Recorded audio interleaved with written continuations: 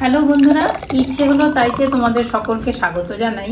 আজ আমি তোমাদের কাঁচা মিঠে আমের শরবত করে দেখাবো। খুবই সহজ এবং খেতেও ভালো লাগে। তা আমি দুটো কাঁচা মিঠে আম নিয়ে নিয়েছি, ধুয়ে নিয়েছি। এবার খোসা ছাড়িয়ে কেটে নিচ্ছি। প্রথমে বটি দিয়েও যার সুবিধা হবে এইভাবে কেটে নিতে পারেন, আবার ছুরির সাহায্যেও নিতে পারো। আমি ছুরি দিয়ে কেটে নিচ্ছি। এইরকম একটা পিলারের সাহায্যে খোসাটা ছাড়িয়ে নেব। দুটো আমেরই খোসা ছাড়িয়ে নিয়েছি। এই যে এবার আমি এটাকে পিস পিস করে নেব, এবং যেহেতু মিক্সিতে দেব সেহেতু একটু ছোট দিলে ভালো হয়। এই পিসগুলো যে যার সুবিধা মতন করে নেবেন। এটার কোনো বাধ্যবাধকতা নেই যে এই এরকমই করতে হবে। শুধু আটি হয়ে গেছে, আটি বাদে আমি পিসগুলো নেব। এবার শক্ত হয়ে গেছে, সাবধানে করতে হবে। ছুরি দিয়ে কাটলে হাত কেটে যাওয়ার চান্স থাকতে পারে। এই দেখুন, একদমই এই যে ছোট ছোট টুকরো হয়ে গেছে। এই যে এইভাবে আমি পুরো আম টুকরো টুকরো করে কেটে নিচ্ছি। দুটো আম এইভাবে কুচি করে নিয়েছি। এবার আমি একটা মিক্সিং জার নিয়ে নিয়েছি, আর তাতে সমস্ত আমের কুচি দিয়ে দেব।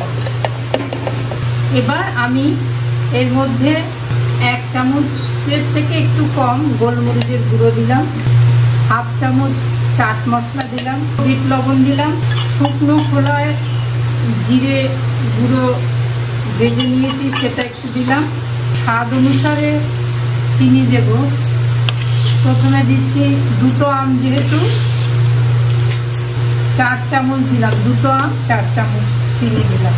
এবার মিক্স করে দেবো। 3টে কাঁচা পাকা লঙ্কা দিলাম। মিক্সিতে খানিকটা গুঁড়িয়ে নিয়েছি। এবার জল দেব, অল্প জল দিলাম, আবার মিক্সিতে গুঁড়িয়ে নিচ্ছি। পেস্ট হয়ে গেছে। এবার আরও একটু জল দিয়ে আর একটু ঘুরিয়ে নেব। কাঁচা মিঠে আমের শরবত হয়ে গেছে। এবার সার্ভ করবার পালা।